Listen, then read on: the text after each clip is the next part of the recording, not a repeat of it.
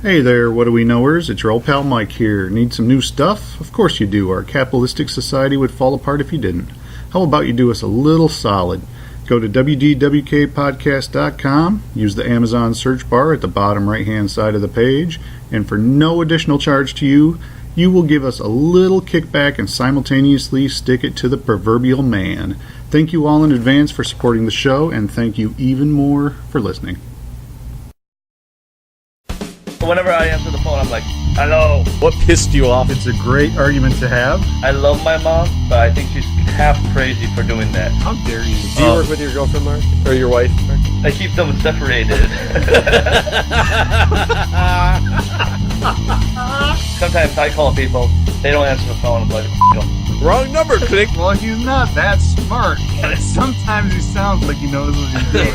Go. Therefore, you're an ass, and I don't want to talk to you anymore. I still need my time. Man, I'm such an ass. For sure. Only the best. The typical line. I'm not really doing this for the money. Unless there's a lot of money in there, and then I was like, give me my share. I didn't buy that. Bloop, bloop, bloop, bloop. Don't let your wife see this. Facebook annoys the hell out of me. Classy. Oh yeah, that's what I'm saying. Like, it's ridiculously easy when you put your mind to it. You'll need it when you see the student loans. I can see that. Let me say a couple things. News, yeah, news. Kind of commented on that to both of you before. Guys I play with. Guys you play with. Hot water firm baby. Hot just on my crotch. Good times. Wow. Vetoed. By the way, are we recording?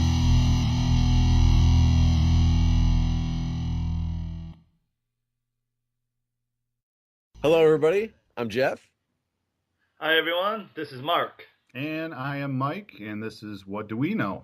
So I've been on vacation this week. Actually, the past vacation? 2 weeks. It's been awesome. So is it almost over? Yeah, I got to go back Monday. So, I mean, I guess it's not quite almost over. I still got a couple days to screw around. You don't want me to be pessimistic about your ending vacation. Yeah, I'm trying not to. I always feel like vacations, when you go into like a 2 week period, especially when you're super busy with everyday life normally, and you say, I have all these things I want to accomplish, like none of them ever get done. I don't know if you guys ever have that same thing. No, I accomplish everything I tell myself I am going to. I had this I don't list. set any goals. That way you can Solve that never be problem. disappointed, right? Then you'll never be disappointed. That's right. You know, that's where I'm screwing up. Although, in fairness, like a lot of my goals are, I wanted to go golfing at least twice, you know? Well, you went once already, we know Yeah, that. I'm halfway there, and I'm supposed to be going tonight, I think, if the weather holds. Oh, night golfing. So, yeah, twilight, yep. A lot cheaper, you know? I mean, I don't know. there's like lights and stuff on a lot of courses, right? Not usually. Oh, so Not the usually. Do you zombies play might with, like, come. glow-in-the-dark balls? No. It's still light out when we golf. Well, It why do doesn't they get call dark it till twilight golfing if it's still light out? That doesn't make any sense. Well, that's what they call it. It doesn't get dark till 9 o'clock. We're going to go at like Like 6. glow bowling, you know? You got glow bowling. We'll do it at noon outdoors. It'll be awesome looking.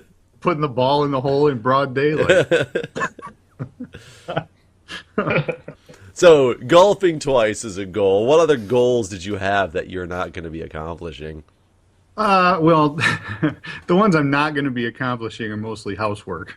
But but I shouldn't even say housework. Like, you know, the house is kept up well, except for the basement. I showed you guys all the toys laying around, but And then it's kids' toys or somewhere else. yeah, this is when I'm not recording down here, it's my pleasure dungeon. That's what I call it. No, but I had like certain, you know, I don't even want to call them upkeep projects, but just like I wanted to Like I have build a that cabinet. fridge? Huh? Build that fridge? Or the bar tab? Oh, no, that wasn't even on my list this weekend or this week. But Mike like, showed me before. I have a shelf out in my garage. I want to hang up like a cabinet. It came out of somebody's kitchen. It was an upper, and I just want to hang the stupid thing, and I haven't even got to that. No, like it would literally take me a half hour. Yeah, I was gonna say, is that difficult to do? Like, No. it's just you just haven't done it yet. Just haven't done it. You know, the only thing holding me back from that is that I can't hold it myself and screw it in. So I keep waiting for the neighbor to come over. That's why you have kids, right? Hey, Jake, hold this cabinet. Yeah. I was going to say Hannah might be able to help me, but I don't know.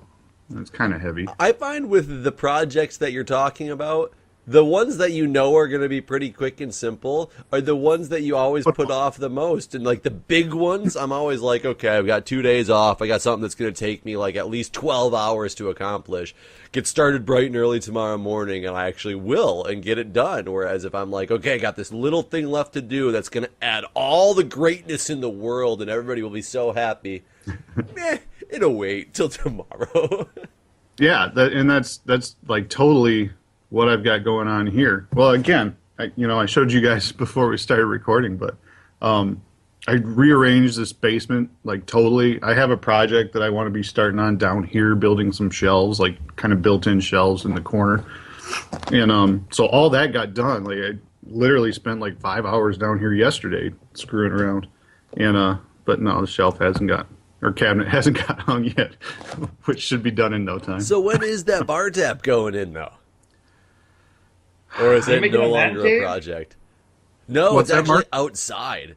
Yeah, I have a bar in my backyard, like an actual bar. And it's hard to explain unless you've seen it, but it kind of like the back of the bar faces like the wall of the garage.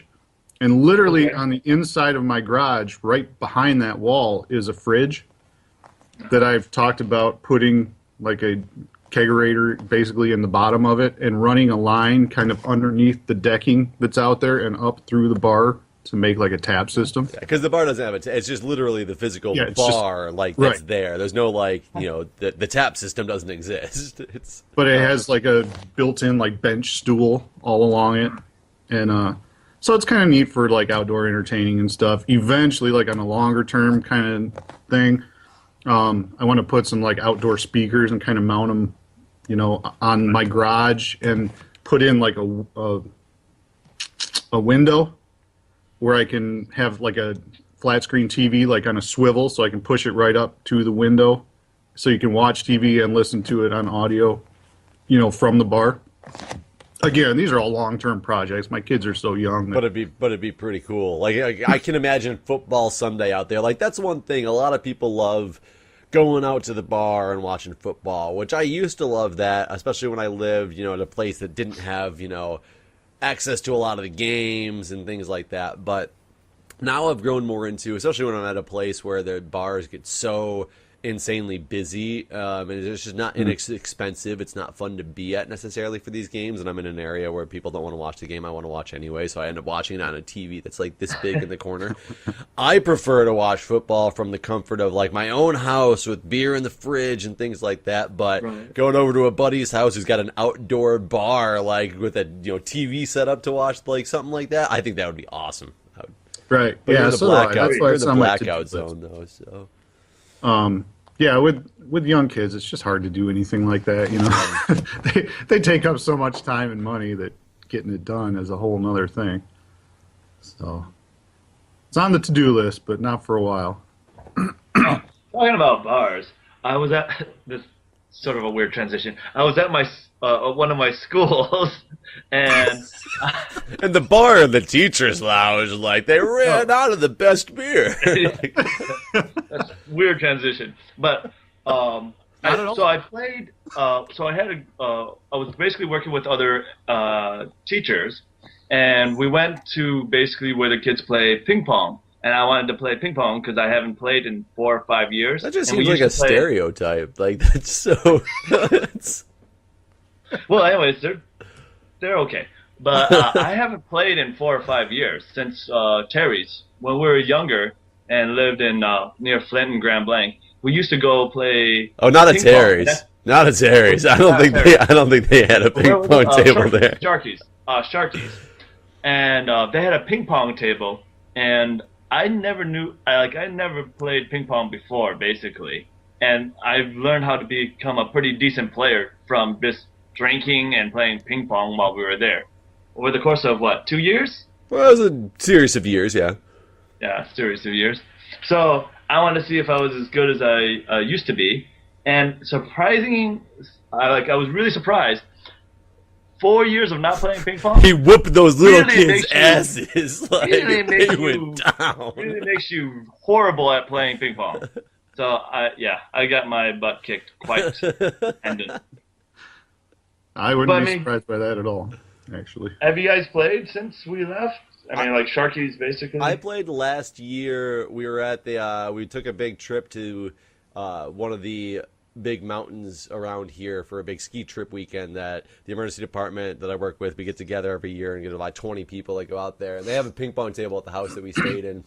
And I won a lot of games against people, but they were people who didn't play that well. And then one guy got up there who said like something similar. He's like, man, I used to go to this bar that had a ping pong table, and I haven't played in years, but I used to be really good at ping pong. And he destroyed me. Like, destroyed me. But I haven't played in quite a while. Yeah.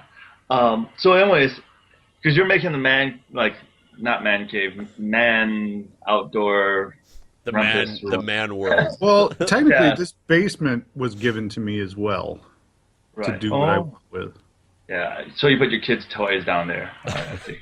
Well, no. It's still in a transitioning phase, but this is turning into a bar room area. Well, I already, literally, my laptop right now is sitting on a poker table. And and there's a foosball table over here. Like, it's coming along. I have a giant stereo system to the left of me. But what I really wonder is why more bars, they don't have like ping pong tables. Like some bars have some pool tables, sometimes darts. But what I really enjoyed about being young in my heyday, going to the bars, was actually being able to do stuff besides just drinking, the music being really loud. And well, I think upkeep on it's part of it, because out here in DC, a lot of places do have, I don't know about ping pong as much, but there's a decent amount of shuffleboard, decent amount of pool, decent amount of skee ball, all this stuff, but they all cost a lot of money. You have to go pay like $15 per person per hour to rent the equipment for the table. I did, however, go to a bar. It's an outdoor bar. It's a parking lot that they're building into a bar, but right now it's a parking lot, literally, or a brewery in a parking lot. Like, they've got just distilleries and keg machines, not distilleries, but the brewing machine set up just on the side against a fence, and it's a little bar that they serve out of, literally a walk-in fridge that they have plopped in the middle of it. But they have a big yard area, and they have about 8 sets of cornhole that they have for free because it's just outside. So it's just like, here's some beanbags, go drink some beer and play some cornhole, which I thought was pretty awesome.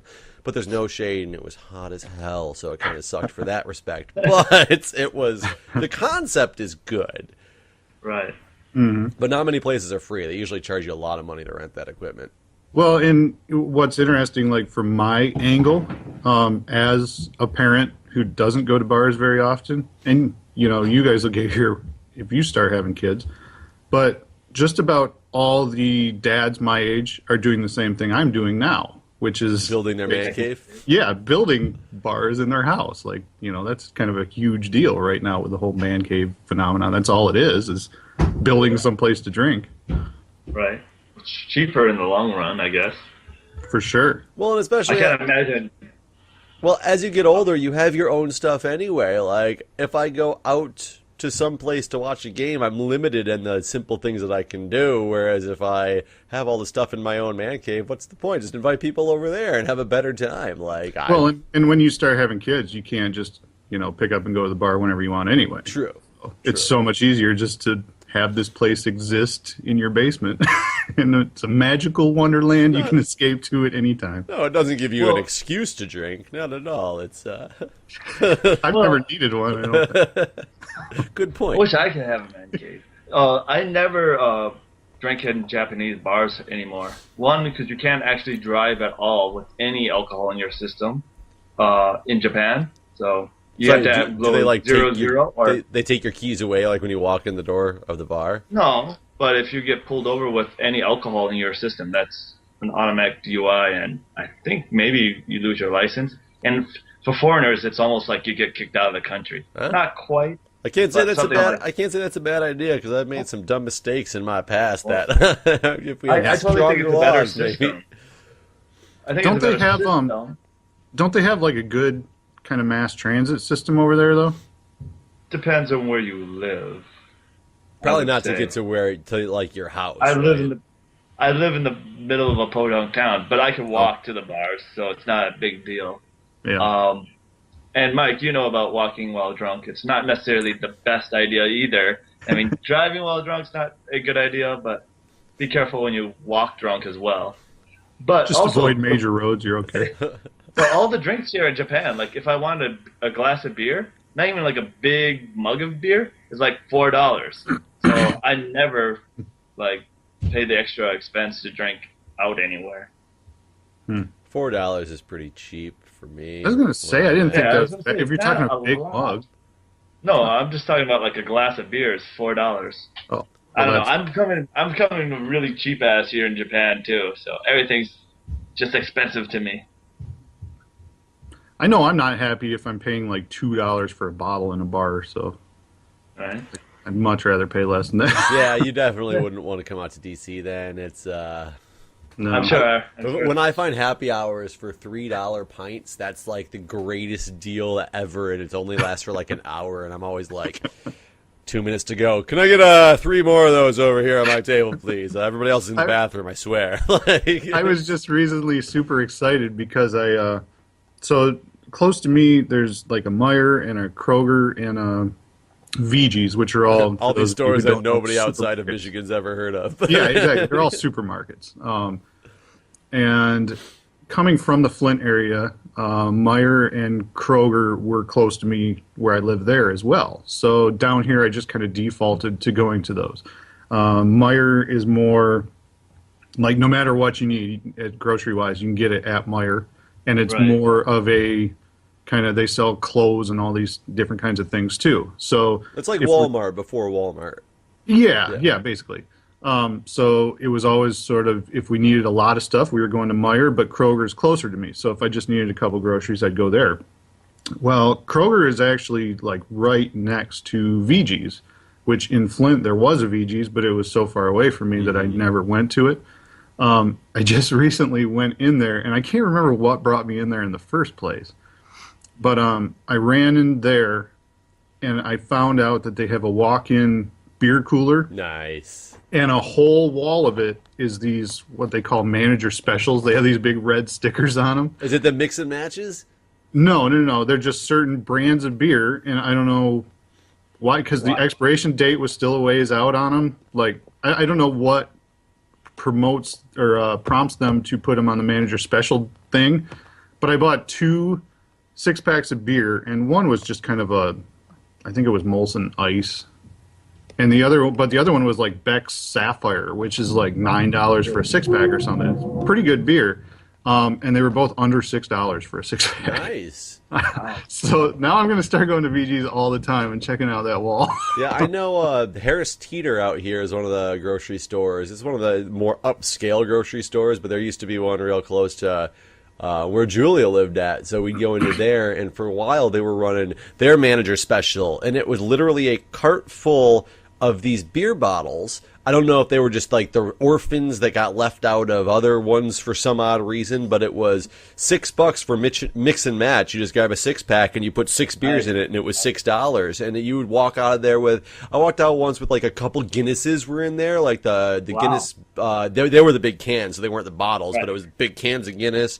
And I don't know if it was some like Stella, but it was like fancier stuff. It was just like boop, boop, boop, boop, boop, 6-pack here, 6-pack here. Like we'd walk out and just go sample all these different beers.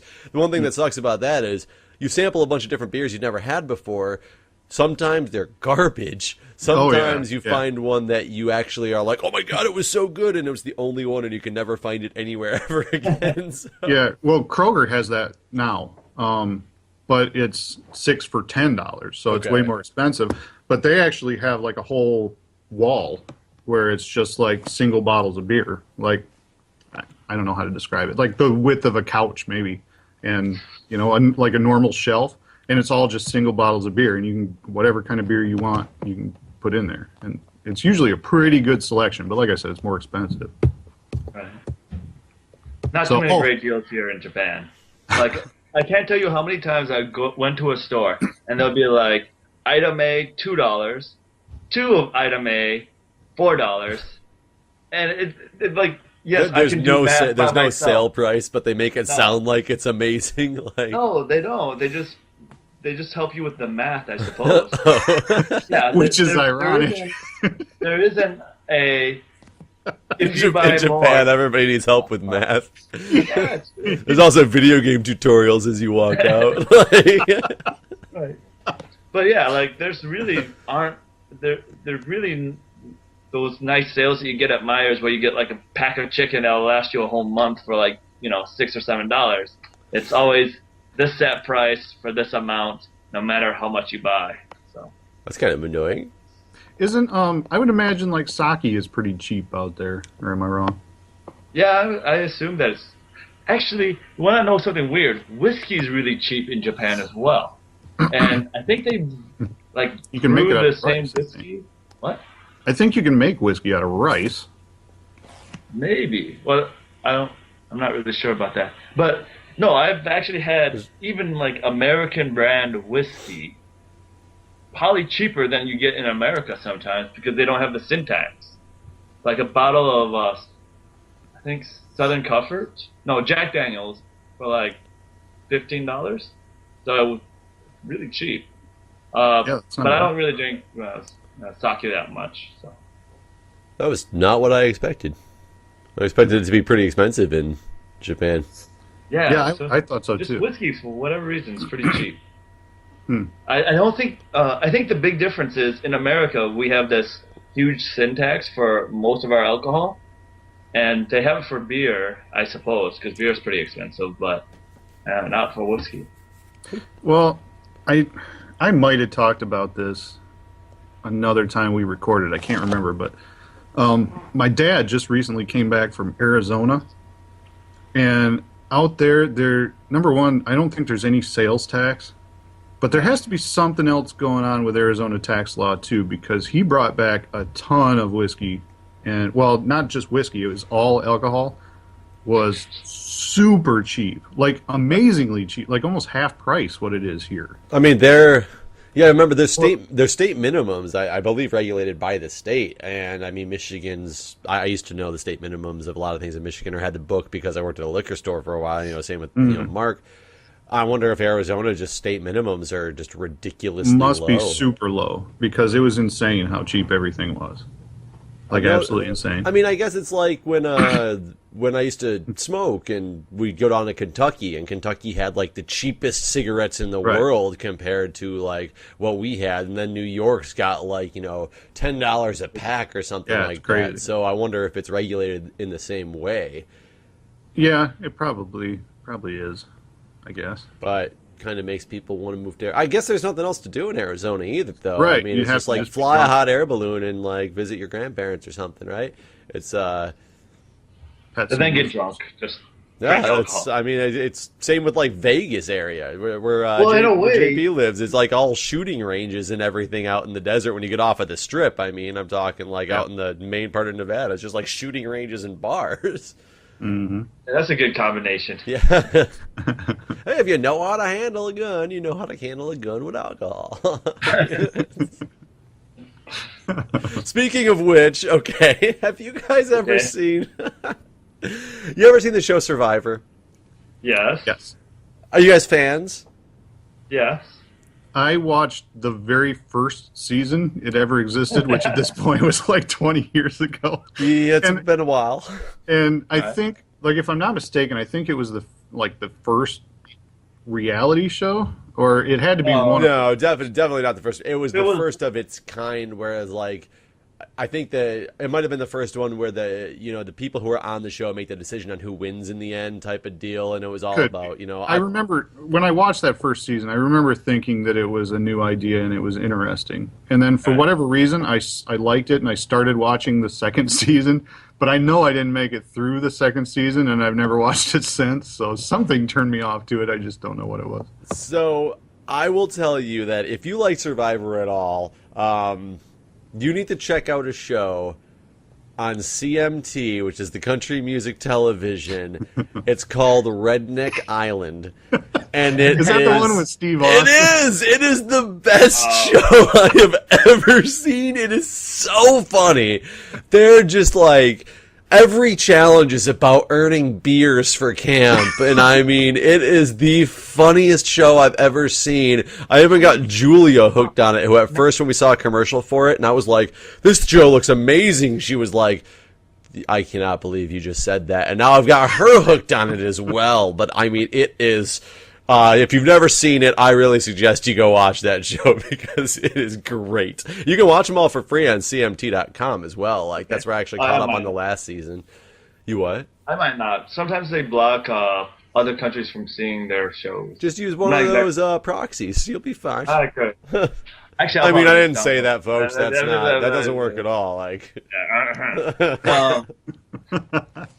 No, I thought you were going to say that I should watch Naked and Afraid. That's sort of more extreme version, and it's only like episodic. Like every single episode, it's 2 new contestants, and I don't even know if they basically are. It's called Naked and Afraid. Yeah, I've seen the ads for it, but yeah, they're dropped off in some harsh landscape with nothing, and they have to survive 21 days. Basically, what they figure every human can survive without eating anything.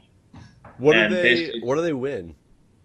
I don't think they win anything. I think it's just like, hey, I survived 21 days. The greatest show ever. Please drop me off in the wilderness with nothing, episodically, so that I get lost in the next episode and nobody will ever remember who I am. And well, it's a pretty extreme show. Like if you like Bear Grylls kind of stuff, it's sort of like one of those kind of shows, but I guess the one thing it's got for you going is if you did it on your own, you might die and nobody's there to help you. Whereas if you really were in trouble, if they're filming a show, they might intervene and help you at some point. I don't know, but there's no prize. What are you going to do? I don't know. I seriously don't know why people would do that, but given a show with any premise, you'll have contestants. That's true. Yeah, that's true. That is true. We should make our own reality. I was just going to say that. We should figure out how to do that on here. Well, there is no prize. However, we will rake in millions in ad revenue. If you're lucky, you can tell people you were on our show. Well, what's that show? Hell's Kitchen. I love Hell's Kitchen. I think that's what the premise is. Like, there's a prize. There's a big prize in that one. What is the prize? The prize is to be head chef. Head chef at one of Gordon Ramsay's restaurant with a salary of $250,000 a year. But basically, you win a job. That is true, but it's a job and recognition. And for a lot of these people, they're going out there as chefs, and to prove that they're the best, that Gordon Ramsay wants them to run their restaurant, I mean, that's a big accomplishment for them. They're going to be kind of set for life. And they worked there for 4 years, and they have $1 million now in salary. Like, it's... Right, that's true. I mean, I'm not saying they don't work hard, but it's not like, here's $1 million. One thing I do find crazy about that show, though, is I don't know if you watch it, Mike. It's a cooking show with Gordon Ramsay. It's a big competition, to the end. And they get there, they don't know where the restaurant is that they're going to be working at, and they tell them in like one of the first episodes, like, now look at what your guys are all going for. And like one of them I watched, and it was like in England. One of them I watched, and it was up in British Columbia. And I'm like, man, you got to be really dedicated to blindly go in and be like, I might be moving to England now because that's what the prize is for. Like, that's kind of ballsy. We watch some of those cooking channel shows. Chopped. I was going to say. I like Chopped. Iron Chef? Iron Chef America is good. Not America. Jump the shark. You see that once in a while. I watch a lot of cooking shows. I think they're entertaining. But it seems to me like chefs are some of the biggest D-bags on the planet. All of them are just a-holes. And all of them are former alcoholics, and they're homeless at some point in their lives. I mean, they all say that at some point in their bio. Yeah. Well, I was homeless for a while, and now I'm rebuilding myself. And they all say the same sob story in the back end. It's so weird. And I think it's so weird. Like, all of them are chain smokers. Like, when it comes to flavor and being able to test you have to have a really good palate and be able to smell the food. And they're all chain smoking. And one of the challenges Gordon has on Hell's Kitchen is, like, put this food in your mouth and tell me what it is. Mm-hmm. And they'll be like, I think it's carrots. They're blindfolded, by the way. Scallop. I know that was. I saw the look on your face, and you're like, put this food in my mouth and tell you what it is. I could do that. Okay? That's steak. That's mashed potatoes. But you'd be surprised. Like, most of them get it wrong, so... Mm-hmm. Well, I mean, and the smoking probably does have a major thing to do with that. I was actually shocked the first time that I saw Hell's Kitchen. And I mean, I know in the restaurant industry itself, there's a lot of smokers in there because you got to remember smoking and drinking are kind of those things that people really heavy get into that, in general, non-well-educated, like the non-professional class. Granted, I'm mixed in with the heavy drinking, heavy smoking for a very long time, even though I, went to college and things like that. So it's not just stapled to that, but it's very well known in that demographic of people. And chefs, most of them, I can't say most of them, but a lot of them don't go to any type of college. They're culinary arts school, if that. Otherwise, it's like a lot of them are just kind of self-made and build from the ground up. So you work in that environment of restaurants throughout a lot of your lives. And look how many people we knew who smoked and things like that, just working in the restaurants that we worked in through our careers. I guess it makes sense, but I was shocked to see on the show that they all smoke inside the place that they live. They're all smoking. There's like 10 of them smoking, sitting there around their kitchen table. And I'm like, I don't think you can smoke indoors in most places anymore, let alone in a common living area. And I think they're in California, too, so. Yeah, they are. Yeah, which has pretty strict laws on that stuff, don't they? They're pretty strict laws on everything. That's true. It's because of Arnold Schwarzenegger. Hello, What Do We Knowers? Mike here. If you like this podcast even a little and would like to help us keep it online, you can help us with that. It's super easy to. All you have to do is go to WDWKpodcast.com, click on the Amazon search widget on the right-hand side of the page, use it to buy the stuff you were already going to buy on Amazon, and we get a fraction of Amazon's profits. It all helps people. Thank you.